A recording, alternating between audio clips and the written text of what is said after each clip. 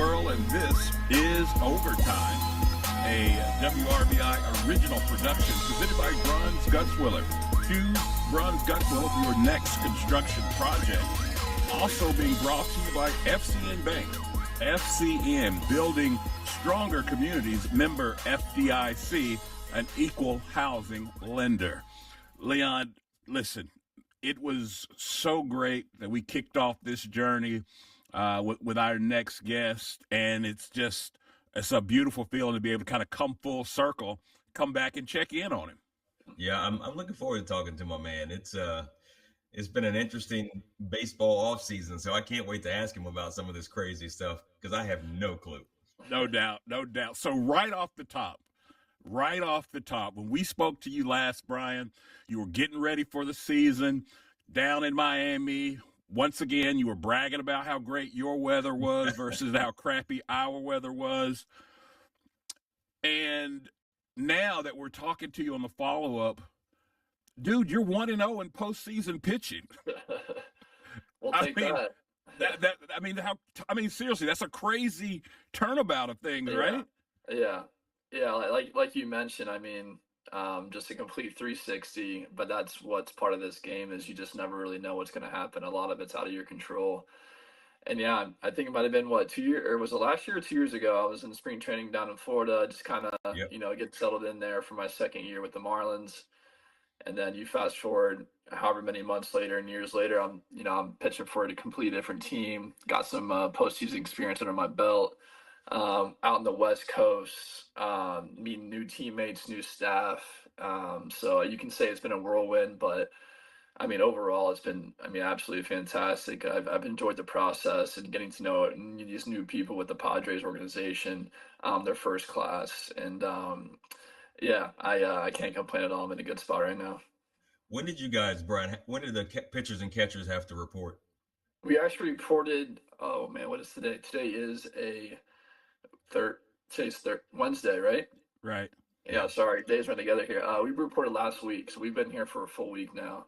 The pitchers and catchers reported last Wednesday, and then the position players reported on Monday. So we're getting our feet wet, our feet underneath us, and getting ready here for a spring training of about 30 or so games. People don't realize that, that the regular season is 162 games, but you also have to add 30 games of spring training. So you're looking at about almost 200 games, and it's a long season. You got to take care of your body. Super important to get through a full season. How special that is for players to get through a full season without, getting injured or anything like that. So. We've been out here for a week, and it's going well so far. How different is spring training in California versus Florida? Arizona. Arizona. Sorry. Yeah, no, you're good. It from a baseball standpoint, I don't necessarily have all the answers to that yet because we don't start games until Friday. But what I can tell you is, facility-wise, I would say that the Padres facility is a little bit nicer than what the Marlins had, just, as you can expect, just a little bit more money. And the guys are great. But the weather, like we were talking about the weather's perfect. A little chilly in the mornings, and then it gets a little bit, warmer throughout the day. But what I've heard is that the travel isn't so bad out here in Arizona, whereas, in Florida, spring training, you're traveling, so if we're in Jupiter for Miami for the Marlins spring training, you're traveling all the way out to the West Coast to Tampa to go play the Yankees, to go play the Red Sox, the Phillies in Clearwater. So that's a 3.5-hour bus ride. Here in Arizona, all these teams are within 45 minutes. So for the player standpoint, the staff standpoint, the travel is much easier, which is, makes it more easy on the body to recover. You're not staying in a hotel over spring training, which is nice because you already do that enough during the season. So I'd say the traveling is probably the best part about Arizona, and I'm just looking forward to looking at what else it has to offer the rest of the month of March. So take us back to you're in Miami, you're having a pretty good season. I can recall when we spoke last, you were talking about how confident you felt in your body, that you were able to command the ball the way that you wanted to, and was looking forward to a really good season. And then you get that phone call. Take us to that moment when you get the phone call that, hey, you're heading out west. Yeah.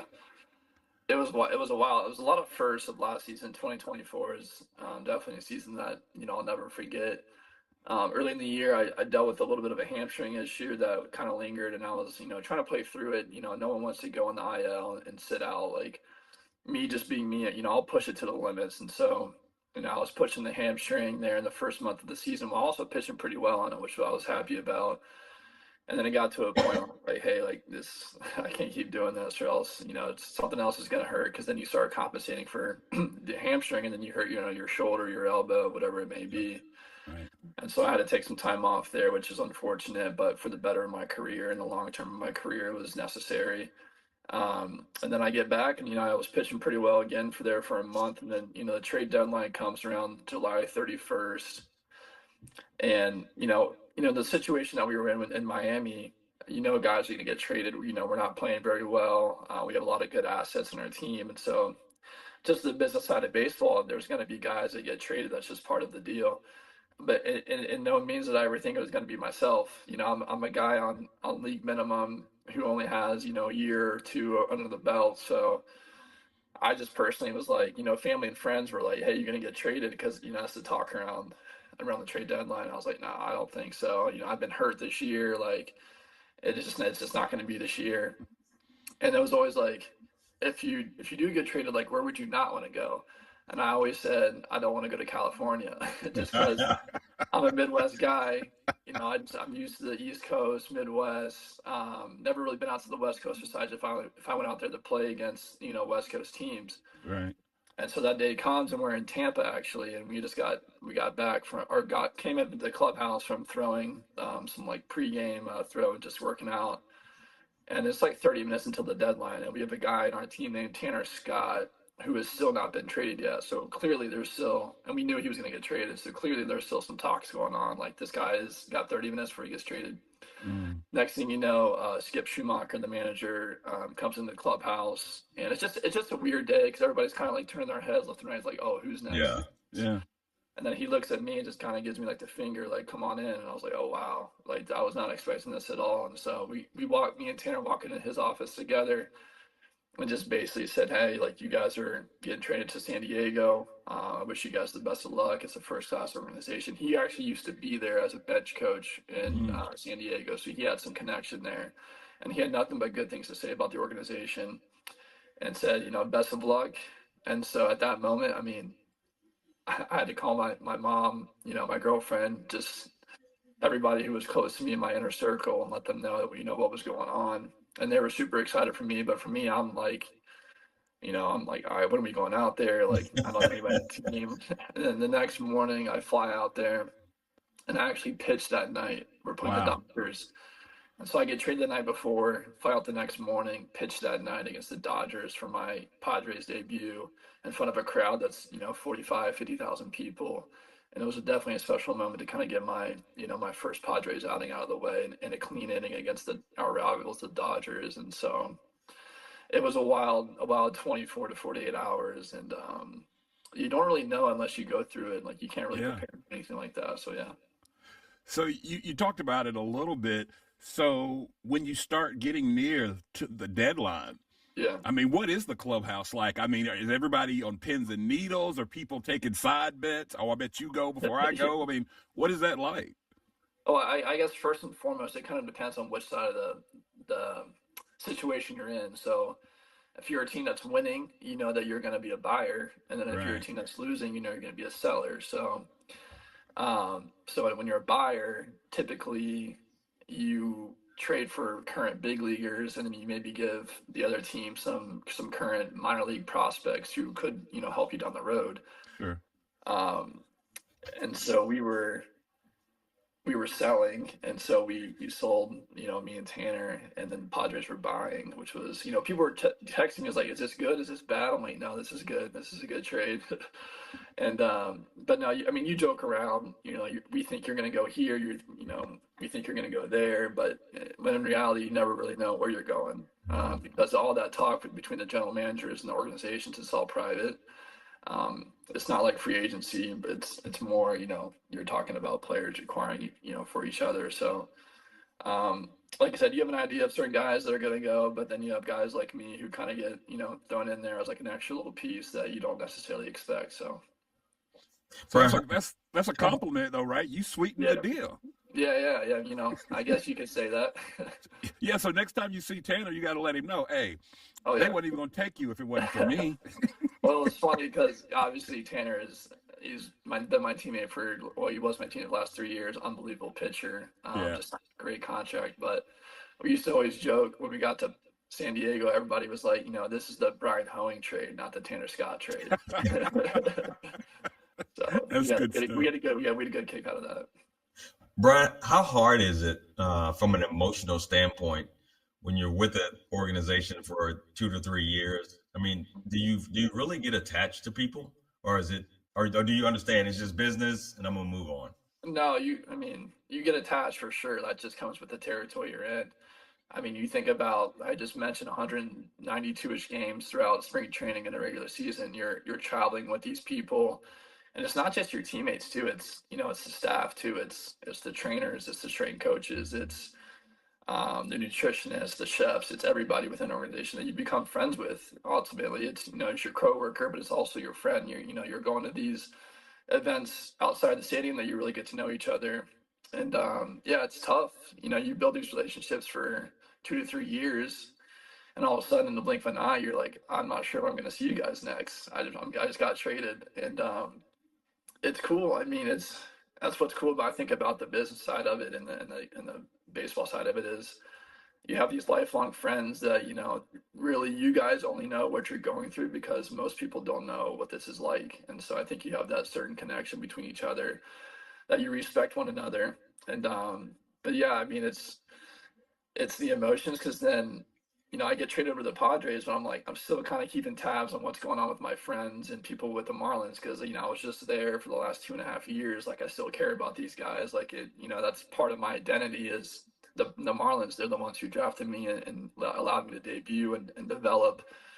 And so, funny enough, we actually, when I got traded over to the Padres, 2 weeks later, we went back to Miami to play. So we still hadn't gone to Miami yet with the Padres schedule. So I was able to kind of go back there. Tanner and I were able to go back there and say hi, and I guess our official goodbyes as well.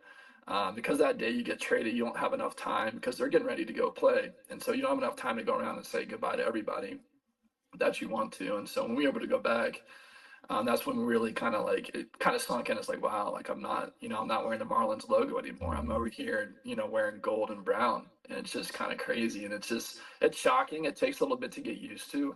But, like I said, it's trades have had been happening for the last 60, 70 years. They're going to keep happening. So it's just part of it.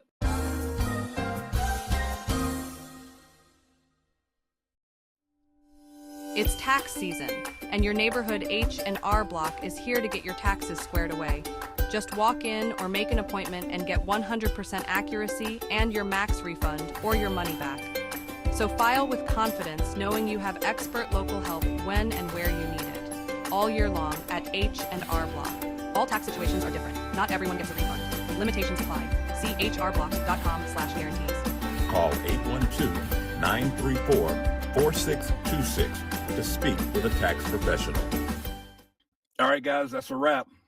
Great show, Coach. Hey, before you go, I got tickets for the game this weekend. Tomorrow? Tomorrow, man. Oh, man. I can't go, man. Family's out of town. I got to watch the dog. What? Well, call April Meyer over at Daisy's Doggy Daycare. What? Yeah, Daisy's Doggy Daycare, man. Hold on a second. Let me Google that. Oh, Daisy's Doggy Daycare. She's got her own website. Matter of fact, here's the phone number. I want to call them at 812-932-7877. Why do you like it so much? Oh, man, she was awesome. She's personable. She's going to take care of you, communicate with you while your dog's there. She's even got a YouTube channel, and you can check out the dog. That's legit. But what if they're closed up here in Batesville? Hey, she's got one in Greensburg, too, man. Oh, snap. All right, let's make it happen.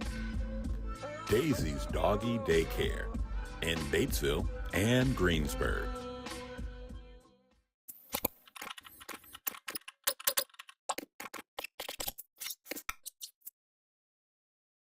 So, Bryan, you go to the Padres, and the Padres and the Dodgers right there, who you play against, they got the rock stars. Okay, they Yeah. got the really big name guys. So when I was playing football, I had a teammate who went to the 49ers, and he said, "Man, Jerry Rice is my favorite receiver." Where at the time, Jerry was at the end of his road for the 49ers.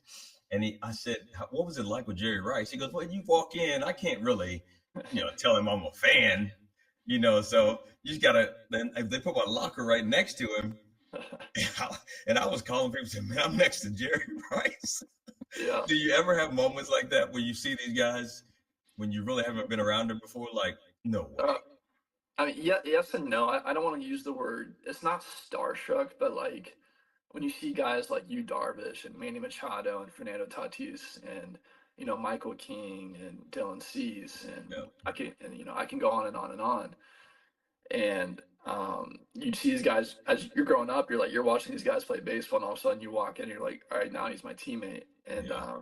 but at the end of the day, like they all are just great people, which is what makes the transition super easy. Like maybe for the first 5 minutes, I was like, wow, these guys are really in my locker room. But then after I said hi and we kind of got to talk and get to know each other, it's like they're just one of us. They just Right. happen to play baseball at a very, very high level, which is really fun to watch and be a part of and see every single day. Um, but it's definitely cool. I mean, I think, the internal competition too, like they hold you accountable, Manny and you and these leaders in the locker room, Joe Musgrove as well. Like they're all pushing each other. They're not lazy, they don't feel entitled. It's like, even though they are who they are, they still work their butt off, in the weight room, the preparation, the routine, and you see why these guys are so good. Mhm. And as a young guy like me, just kind of making a name for myself, trying to, at least for right now, you see this as like, it's no coincidence as to why they're so good. You see the work behind the scenes, and it really shows as to why they are who they are. That's a good point there, Brian. And I'm not I'm not asking this in a disparaging fashion against the Marlins, but what was one of the first things that you noticed being around the Padres that made you say, okay, this is a different level? Yeah, the Marlins still a great organization, but just the resources, I would say, Yeah. the business side of it, the money. So with the Padres, you have a lot more resources, just for the players, a lot more staff members that necessarily are able to help you out. Maybe not so thin spread like the Marlins were. You have specific staff members that are dedicated to one specific job instead of potentially, with the Marlins, you have one guy doing multiple things, Mhm. which is whatever it works. We got to the postseason in 23, like obviously different mentality or different strategies work. Um, but just the little details, I'd say, just the clubhouse, the weight room, the food room, the showers, just everything is just on a little bit of a higher end scale. And I didn't know any better either. I was a little bit oblivious, I guess you could say. Just I've only bet the Marlins, so I only knew what the Marlins had to offer. And so when I got over there, I was like, Right. okay, like this is a little bit different now. Like this is what you call the big leagues, I guess is what you could say. Um, but yeah, just little things, just how they take care of the players and love on the players, and really just make it the focus about the players. And I think that's what translates to winning on the field. If everybody is in it to win it, and everybody's on the same page, then good things happen. So, Brian, the last time we had you on, I still hear people talk about it was cool to hear what a day, what a day in the life of Bryan Hoeing's like. But one of the things we talked about was playing cards on the plane. Yeah, Are the card games a little different in San Diego than they were in Florida? yeah, yeah. Let's The just say buy-in's a little bigger. I didn't really get involved in the card games. My pocket's not that deep. But yeah, I mean, yeah, well, I'm sure as you guys and everybody can imagine, like just kind of using common sense. Yeah, that everything's just on a bigger scale with the games. Do you ever see teammates play and you're like, dude, what are you doing? Why are you sitting at the table with them? No, because I won't question anybody that goes and plays cards. I don't know, what their situation is, but um, I guess if you're a good card player, it doesn't really matter. If you feel like you can take down whoever, then you might as well, step up to the plate and sit down and see what you got. But it's just fun. I mean, not to get too much into it, but there's different tables where you can, if you feel comfortable, you can go to this one, and if you don't, you can go to that one. So it's friendly. They're not gonna push you into something you don't want to do. Right So on. what is a typical day like for you right now with spring training? So tell our listeners what you do from the time you get up until the time you go to bed at night. Yeah. Typically, so I guess work starts at 7 a.m. So you got to be there at 6:45, 7 a.m. Um, and you get in there, and you first thing you want to do, I guess everybody has their different routine. This is my specific routine, and people do. It's weird, obviously pitchers, hitters, certain pitchers, certain hitters all have their different routine. But for me personally, I like to get in there, and they're serving us breakfast, so just fuel up at first, just get some nutrients in you, get some calories in you to make sure you're fueled up for the day. And then I like to go into the weight room to activate. And usually you have about, an hour or two. I guess in spring training, there's a lot of meetings too. Mhm. So like glove companies come in, sponsorships come in, just things here and there where we have a bunch of team meetings, and we have picture day and photo shoots and all this stuff. Like today, for example, we had a photo shoot for MLB The Show. So at 8 a.m., I had to be dressed in my full uniform, and went outside into this little tent area, and there's just cameras everywhere. And that's where they do the video game shoot. So today we had our video game picture day, and so everybody was dressed up in full uni at 8 a.m.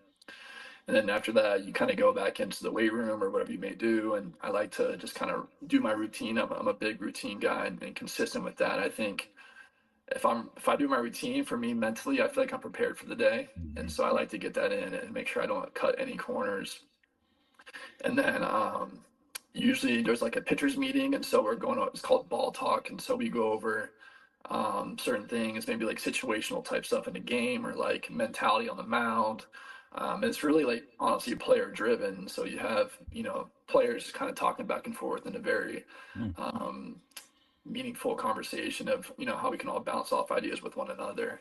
And so that lasts about I don't know, 30 minutes or so, and then after that you go outside to stretch, to throw, and there's usually some type of team fundamental defense. And so it's different than basketball and baseball. It's pretty like physically demanding. Baseball is more mentally demanding, if I would say. And so it's not like physically we're not running a bunch of sprints or jumping and all this stuff. It's more like, all right, let's think about situational type stuff. So first and third defense, bunt defense, covering the bases, pitchers fielding practice, and making sure the pitcher's able to field their position. That usually lasts about 30 minutes, and then we have conditioning after, and so we're just running around a little bit there to make sure we're still in shape. And then after that, you usually have a lift, and so after you throw and you stretch and you run, you go lift weights in the weight room. That takes about an hour. So right now we're looking at about 12 o'clock, I'd say, after all that's said and done. And at that point, if you have any lingering issues with your body, you can go in the training room and get worked on, whether that be cold tub, hot tub, see a trainer for some soft tissue work, massage, needles, all that type of stuff to make sure that you're still healthy on the field. That's a huge part of our routine, is making sure our bodies are ready to go compete out there. And then lunch comes around, and then eat some lunch, and then after that, it's pretty quick, honestly. And then you can just kind of go about your day and maybe go hit the golf course afterwards. Rough life. Yeah, it's really nice right now. I can't lie. So Bryan, when you were growing up, did you play MLB The Show?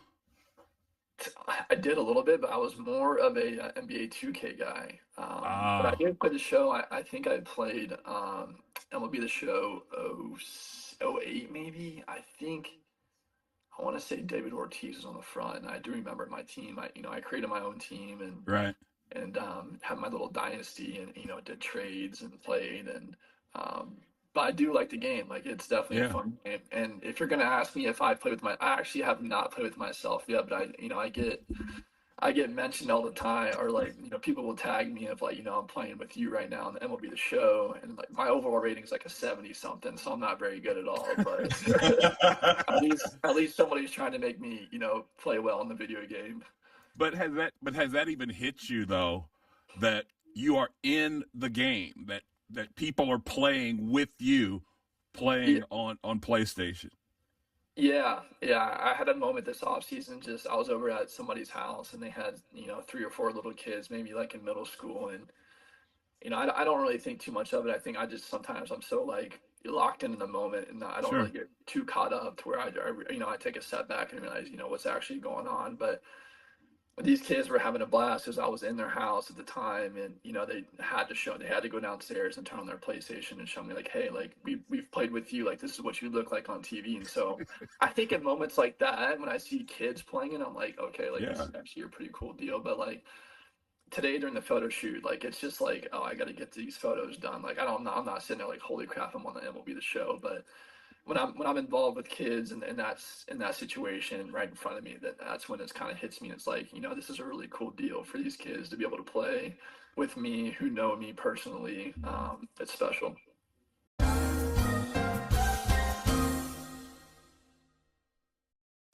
Bruins Guts Willer is the right choice for your next construction project. We strive to deliver unparalleled service to our clients by focusing on craftsmanship and quality. Our core values of integrity, professionalism, and fair pricing all but ensures our clients receive the best possible experience. Whether it's commercial construction, remodeling an existing space, or even building a luxurious home, we offer a comprehensive suite of construction management services. So before you break ground, give us a call at 812-934-2105. Bruins Guts Willer, building a better future for southeastern Indiana for over 100 years.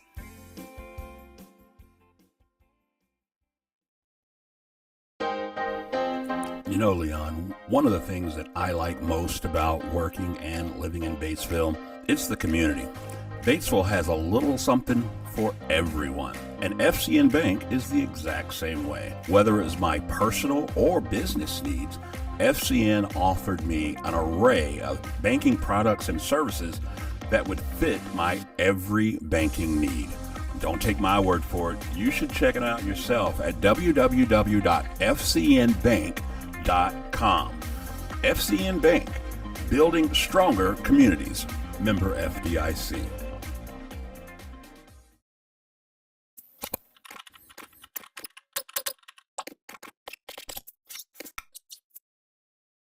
Yeah. That is kind of cool.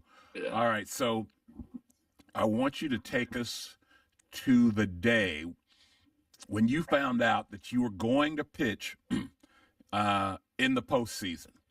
What was when you well? How soon before did you find out? Trying to think. So my first outing was when I think it was when Joe. So this is actually a kind of a different situation that you don't typically see too much. Is Okay. actually Joe Musgrove was starting the game against the Braves, and he got injured during the middle of the game. And Joe was cruising. He was pitching really well. I think he might have gave up one run in 3 or 4 innings. Mm-hmm. And Joe's a workhorse, so like you're down there expecting him, especially in the postseason. You're expecting him to go 5, 6, 7 innings, and then where we have in the Padres bullpen, there's like this little we call it the dungeon, but you can like go underneath the stands, and that's where there's like a training table and a couch and a TV where you can watch the game and kind of separate yourself from the fans if you kind of need to just calm down a little bit. It's like a little bit of a separation, privacy type thing. And so we were down there watching the game, and all of a sudden Joe just like doesn't look like himself physically on the mound. Like he's just kind of out there like moving his arm around like that. We're like that doesn't seem like Joe. And knowing my role and the position that we were in, immediately I'm like, I'm going in here. And the next thing you know, Shilty is walking out to the mound. Joe's hurt, and so I had to get ready super quick. This is in the fourth. I think it's the fourth inning, and I'm ready. But like I talked about routine, I didn't get my whole routine in, but that's part of being in the bullpen. And so I had to, just I didn't get to throw any pitches down there in the bullpen, and all of a sudden, I'm running out there and I'm facing, I think it might have been Matt Olson with 2 outs, nobody on. So a clean situation where I can, just get this guy out and kind of go back in the dugout for the next in between innings and kind of take a deep breath and relax. So in that situation, very quick. But that's the bullpen life, is just never really know. But just warming up in front of that many fans was special. And the atmosphere at Petco Park in the postseason is something that, you can't really explain unless you're there.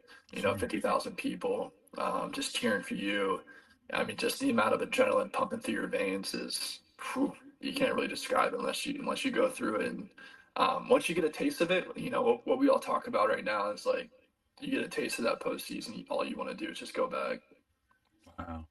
So, I know managers, they handle postseason games completely differently than they do regular season games. Right. Hitters hit differently. So I'm assuming, pitchers are the same way. Did you approach your time on the mound differently than you did during the regular season? But I will say my preparation routine stayed the same. But like you mentioned, I mean, it's do or die. So like you said, the manager is going to manage it different. I guess you could say is the leash is a little bit shorter than the postseason. During the regular season, you got to think about tomorrow's game, a game from a week from now. So you're kind of playing chess a little bit. I was like, all right, let's let this guy out here for a little bit, just so we can kind of save a couple of guys' arms. Not in the postseason. I mean, it's hands on decks, and so. Which is good and bad. I mean, if you're doing well, you're going to stay out there. But any type of, show of, maybe momentum for the other team, a guy gets on or, a walk or a hit, you can probably imagine, for me, you can probably imagine maybe someone's getting loose down there to kind of come in and clean my inning up. But that's just part of it, like we said, it's winter, not. But I think the intensity is just ramped up in a whole nother level. Like you can't really prepare for it unless you're out there. Like the way that I was throwing the ball, like if it just felt like I had more juice behind it. And I think, just velo wise, like velocity wise, it was a tick or two up. And I think that certainly comes down to just feeding off the energy from the fans and the adrenaline running through my body. You can't emulate that unless you're out there in the postseason. But yeah, like you said, managerial wise, you're a little bit quicker to kind of go out there and pull guys and bring somebody else in who's going to get the job done. So, Bryan, I just saw on the ESPN bottom line the testing of the automated strike zone. What do you guys think about that? Indifferent, I would say, is the right word for that. I think there's good things. I think there's bad things. I personally, I think kind of a little bit of a group consensus with the big leagues is we don't think that you're going to see a full automatic strike zone soon in the big leagues. I think obviously in the minor leagues they're still doing that. So when I was rehabbing last year, pitching in AAA, I got to experience it's called ABS zone. And basically, I don't know if you guys saw any clips, but you're pitching and you get 3 challenges. I think you get 3 challenges a game. And whether the hitter or the pitcher thinks, if you throw, so say I throw a ball or I throw a strike, but the hitter thinks it's a ball, he can tap his helmet and challenge, but you only get 3 of those. And if you challenge and you lose it, you don't get that back. So there's some strategy involved.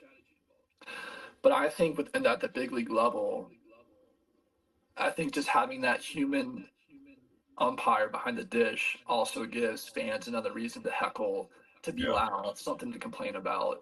That human element will always be there. I think personally for me, that's how I think it's going to happen. Just because, if you put a so-called a robot back there, what are fans going to, complain about or yell about, or that it's going to be like, it's either right or wrong. There's really no gray area, and that part of the gray area is what people are able to go on social media and talk about it. Kind of the media talks about it, social media talks about it, and so. We'll see. I don't think it's going to be there in the next 4 or 5 years, but I could be completely wrong too. You may not have enough information yet to say one way or the other, but have you noticed just from the environment in terms of humidity, barometric pressure, temperature, have you noticed the ball moves differently in Arizona versus in Florida? Yeah, I do. Like Really? I said, I haven't pitched in a game yet, but that stuff definitely does matter. I mean, the ball, it's thinner air out here, so the ball goes further, which for pitchers is not good. Right. You don't want that ball to go very far. Right.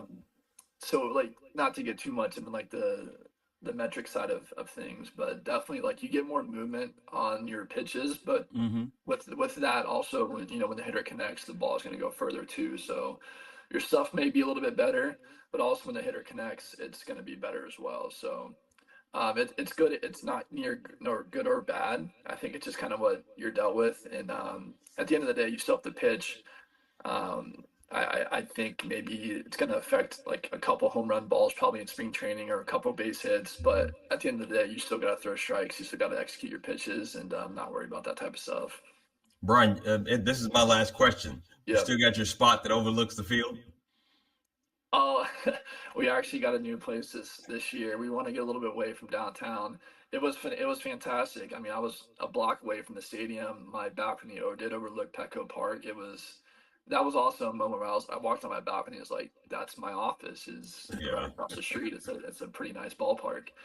But no, we switched it up this year. We're going to move a little bit, 20 minutes outside the city, kind of get some a little bit more privacy and some quiet. But I will miss that place. That's a place I'll never forget. It was a good setup for sure. I didn't have a car out there at the time, so I was just walking to work and back. It was great. That's awesome. Yeah. Hey, well, listen, first off, man, it was great to be able to catch up with you. Man, every time when I think about, like I said, where we were a year ago, where you are now, just that whole process and the journey, man, I get excited for you, man. You're doing big things, and I couldn't think of a better person that set of circumstances. I put it all together. The beginning of the season, you were feeling good, confident. You were like, man, this is my year. Yeah. Bam. Then you're pitching in the postseason. I mean, that's just awesome. Yeah, that's awesome, man. It's funny how the world works sometimes. I'm just blessed to be able to be in this position. And thank you guys for having me on. You guys got some good stuff. I've been following along and watching some videos. I mean, you got my mom on here, my aunt on here. So man, hey, your mom she was awesome. She was awesome. I listened to that. She did a good job. And she also had the longest pod that we ever had. Oh, really? Hey, if you ask her the right questions, she'll get to talking. Yeah. All right, B, you know how we do this. We end it with what we call our one-hitter quitter. I'm going to ask you one question, hard-hitting in nature. And yes, we need an answer. As I said at the top, dude, you are already 1-0 in postseason pitching. This time next year, what will your win-loss record be for postseason play? Wow, man, I'm gonna be optimistic. I'm trying to be an optimistic guy, and I believe that if you speak things into, you can speak things into. That's right. And so I'm not gonna get greedy. I'm just gonna give us one more win. Me personally, one more win. So if we can get one win each year, I'll just say I'll be 2-0. How about that? But hopefully. Right. Hopefully we got a little bit of a ring on our finger. That'd be cool too. Well, there you go. There you go. We'll be rooting for you, buddy. Appreciate that, guys. No doubt. No doubt. Yeah, good luck on the season. Yes, sir. Thank you. This has been an Overtime Media original production presented by Bronze Gutswiller and FCN Bank, member FDIC and equal housing lender. We are profoundly grateful for the support of all of our sponsors, including Daisy's Doggy Daycare and H&R Block. Your continued support is key to our success. So until next time, be sure to like, rate, and subscribe. And as always, be a friend and tell a friend about Overtime Media.